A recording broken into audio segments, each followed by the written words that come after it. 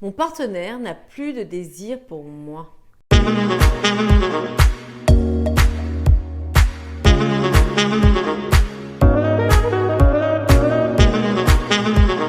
Bonjour mesdames et bienvenue dans cette nouvelle vidéo toujours destinée à améliorer votre vie de femme, toujours destinée à ce que vous puissiez dépasser certains blocages, dépasser certaines situations qui vous frustrent et ne vous permettent pas d'être pleinement heureuse.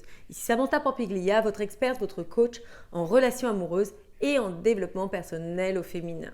Si ce n'est pas fait, est-ce que vous êtes abonné à ma chaîne? Est-ce que vous likez mes vidéos?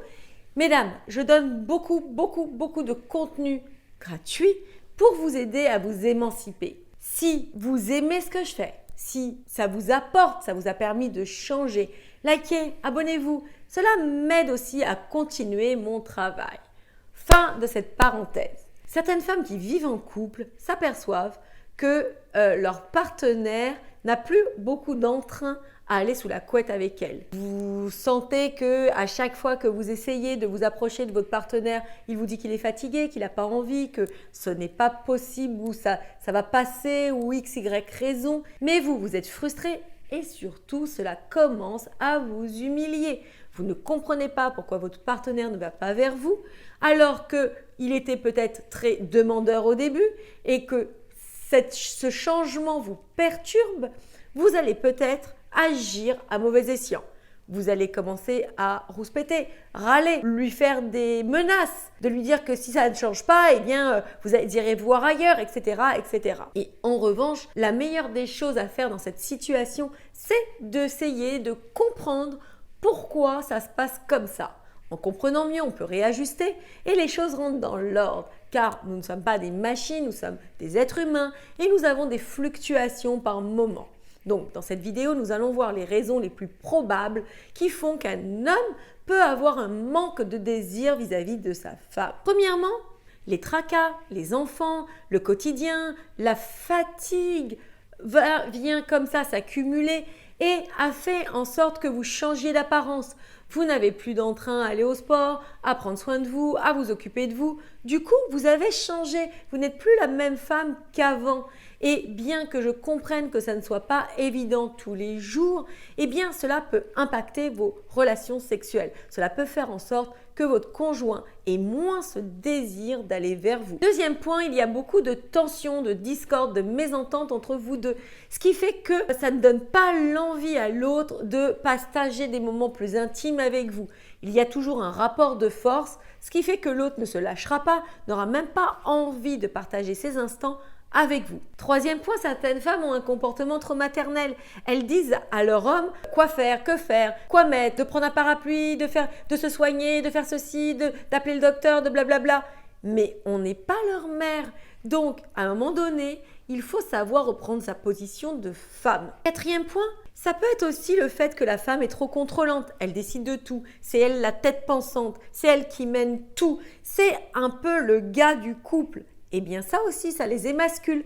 Ils n'en ont plus envie. C'est un peu en sorte, même si au fond il ne vous dit rien, eh bien il montre comme ça que vous ne l'attirez plus parce que lui ne retrouve pas sa place d'homme. Cinquième point, ça peut être des sujets graves, c'est-à-dire que vous ne parlez que de choses qui plombent l'ambiance. Les enfants, le travail, les finances, les projets fastidieux, des choses qui n'apportent plus de légèreté au sein du couple. Et du coup, eh bien, ça n'a plus sa place. Il n'y a plus l'envie de l'autre, de la part de l'autre, de partager ces instants avec vous. Sixième point, ça peut être tout simplement que vous n'êtes pas dans le bon timing.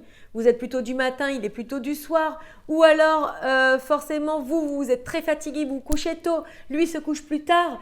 Et ce qui fait que vous ne retrouvez pas. Ou encore les enfants qui viennent dans votre lit. Ou, que sais-je, il y a des raisons qui font très concrètes que simplement c'est la cause qui fait que vous n'ayez pas plus fréquemment des rapports sexuels. Septième point, il n'y a plus de séduction entre vous. Vous êtes trop acquise. Même à l'intérieur du couple, l'homme avec qui vous êtes doit sentir que ça doit être OK, qu'il doit aussi faire des efforts pour vous. Car si ça ne l'est pas, les choses peuvent changer. Et ça, c'est important de le statuer. C'est important que vous puissiez prendre ça en compte, de vous dire que vous donnez tout à 100%, mais si jamais la relation n'est pas OK, vous pourriez partir. Et quand on est comme ça sur les charbons ardents, quand on est comme ça l'un et l'autre, à savoir que rien n'est figé, rien n'est défini, ça pousse l'autre à faire des efforts, ça pousse l'autre à s'investir continuellement pour vous. 8e point, simplement, il a trop de stress. Trop de stress dans son travail, il a des enjeux professionnels, une reconversion, des problèmes financiers, des choses importantes qui l'empêchent d'être épanoui. Et vous savez, j'en parle régulièrement, les hommes ont des départements. Si le département professionnel prend toute la place, eh bien, il n'aura pas de disponibilité pour coucher avec vous. Ce sera un peu pour lui des enjeux tellement importants que ça lui coupera toute envie. 9e point, sous la couette, vous êtes tendu, vous êtes stressé, vous ne vous lâchez pas. Vous avez toujours cette sensation que ça va être un moment, du moins, où vous n'êtes pas à l'aise. Ça se ressent. Et peut-être que l'autre n'a plus envie justement de faire des câlins avec vous parce qu'il se dit que ça se passe pas bien, quoi. Ça fait que vous n'arrivez pas à être complètement OK avec tout ça. Et lui, repousse l'échéance parce qu'il se dit que ça va être encore la même chose. Donc voilà, faites attention à ça. Profitez de chaque instant de votre vie.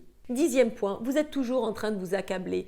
Vous vous trouvez nul, vous ne vous trouvez pas attirante, vous ne vous trouvez pas sexy. Vous le dites à tort et à travers continuellement. Encore une fois, les hommes ne sont pas là pour absorber nos insécurités. Donc, c'est anti-sexy.